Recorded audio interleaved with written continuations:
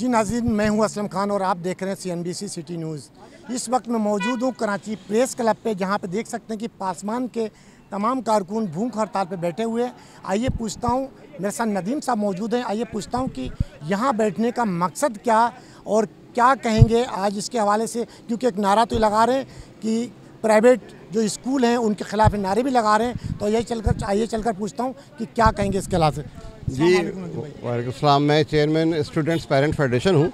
पासवान ने वालिदैन के साथ यकजहती के लिए यहाँ पर भूख हड़ताल की है और मुतालबात हमारे ये हैं कि जो DG सलमान रज़ा साहब का तबादला किया गया, उनके साथ बदतमीज़ी की गई और फिर वज़ीर तालीम साहब ने जो है 20 ग्रेड के अफसर का तबादला बग़ैर किसी नोटिस के सिर्फ प्राइवेट स्कूल मालकान के कहने पर कर दिया, जो वालिदैन के साथ बहुत ज़्यादती है। वालिदैन में बहुत ज़्यादा गम और गुस्सा पाया जाता है।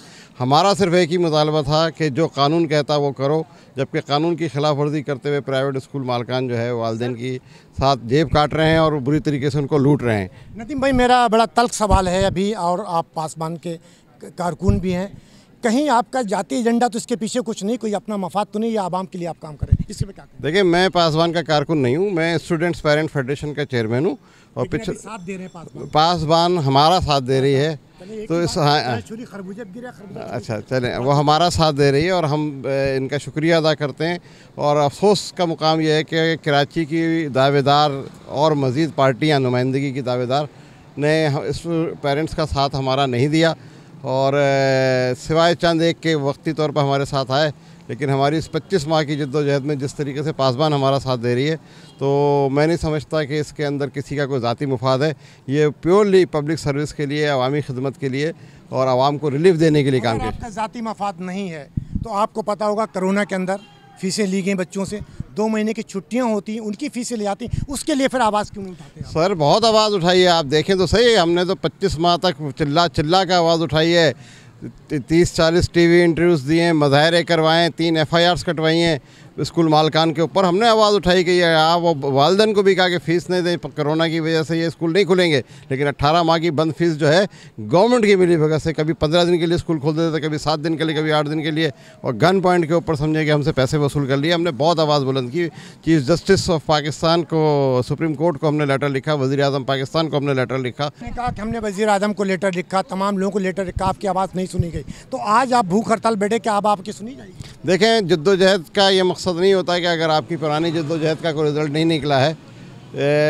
अब हुआ ये कि जो पुराना DG था, जो 16 साल से एक ही DG बैठा हुआ था 2007 से 15 साल से, वो उसका ट्रांसफ़र हो गया, बल्कि रिटायर हो गया। नया DG जो है सलमान रज़ा साहब, तो उन्होंने आकर वालिदैन को रिलीफ दिया। एक 10 नुकाती उन्होंने सर्कुलर निकाला, जिसके तहत कापियाँ किताबें छापने पर पाबंदी लगा दी, 5 साल तक यूनिफॉर्म पर पाबंदी लगा दी, पेरेंट्स काउंसिल बनाने का ऑर्डर दे दिया उन्होंने, बच्चों को फ्री शिप देने का ऑर्डर दे दिया। उसके ऊपर ये सीख पाओगा कि आपने ये क्यों किया है, आपने ये ऑर्डर क्यों दिया है, और इल्ज़ाम लगाया कि जो DG है नया वाला सलमान रज़ा, ये नदीम मिर्ज़ा के साथ मिला हुआ है और उनके कहने पर काम करता है। आपने मुजाहरे भी किए, हर जगह ख़त भी लिखे, और कराची में तकरीबन हर घर का कोई ना कोई बच्चा पढ़ता है स्कूल में, तो क्या आपने कोई लोगों के घरों पे कोई ऐसा मैसेज दिया कि आप तमाम लोग निकले रोडों पे आएँ ताकि कुछ आपका वज़न बढ़े, ताकि इन लोगों को कोई प्रेशर पड़े, लेकिन चंद लोग आप लेकर आएँ, तो इसी में आप एक इल्ज़ाम भी लगता है,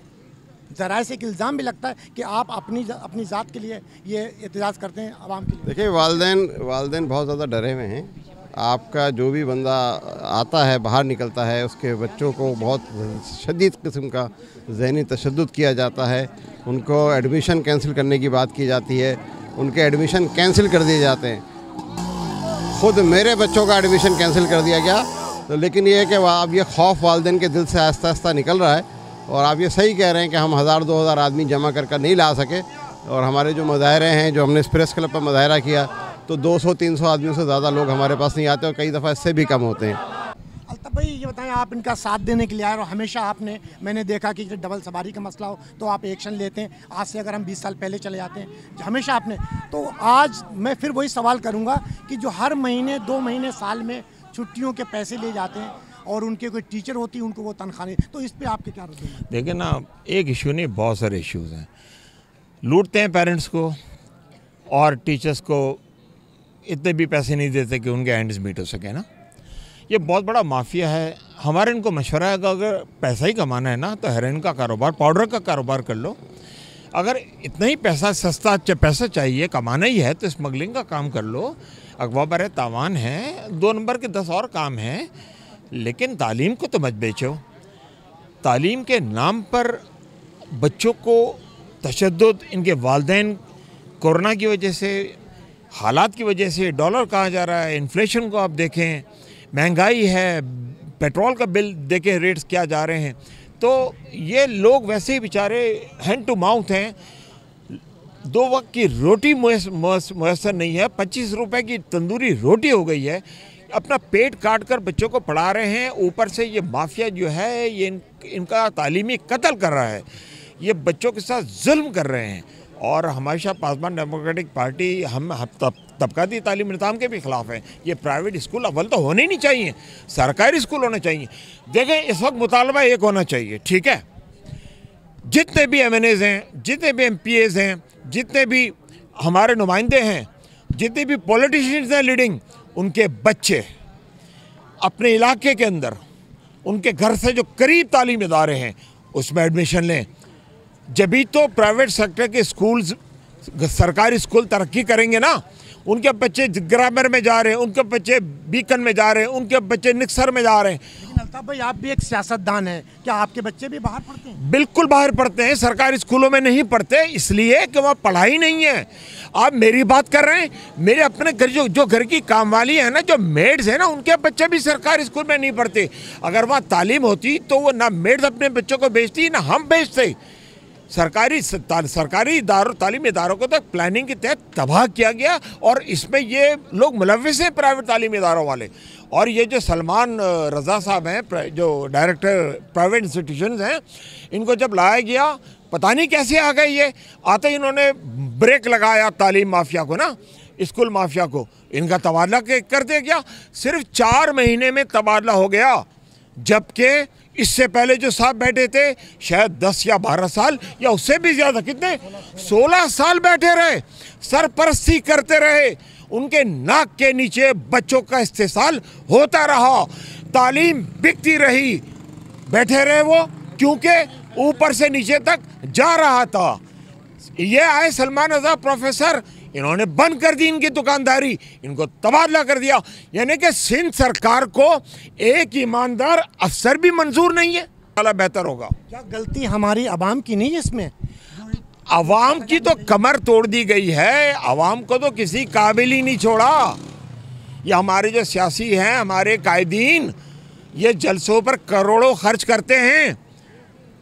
आवाम को तो नज़र आ रहा है कि करोड़ों खर्चा होते हैं, अपने मफाद के लिए एक बंदा नहीं निकलता, और किसी तंजीम के पीछे लाखों लोग नारे तकबीर अल्लाह अकबर। देखे ना, अभी इलेक्शन कमीशन ने नाअहल करा दिया ना, कोई निकला इमरान खान के लिए। इससे पहले नवाज शरीफ को डिस्क्वालीफाई किया, बाहर निकाला गया बेनज़ीर की। उसके बावजूद कहते हैं पूरे शहर को बंद। वो तो कहने देना, कहने से क्या होता है। इससे पहले वो दीगर बेनज़ीर को भी, नवाज शरीफ को भी पब्लिक सड़कों पर क्यों नहीं आती?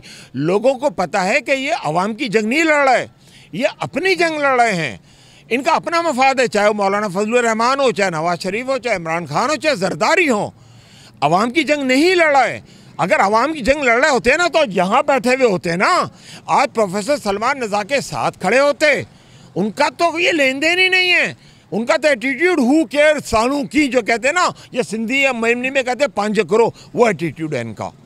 कराची को आइनी तहफ़्फ़ुज़ दो, चार्टर सिटी का एक अलग सा उसको एक वो दो, चार्टर दो, वो भी आइनी तहफ़्फ़ुज़ के साथ, ताकि कराची तरक्की करे। ये तो बस हमें मेयर बनना है। अरे मेयर बन के क्या कर लोगे तुम? एक चपड़ासी को भी टर्मिनेट नहीं कर सकते बगैर इख्तियारात के। मैं तो कहता हूँ बलदियाती इंतखाबात हमें मंजूर, पासवान डेमोक्रेटिक पार्टी को मंजूर नहीं है।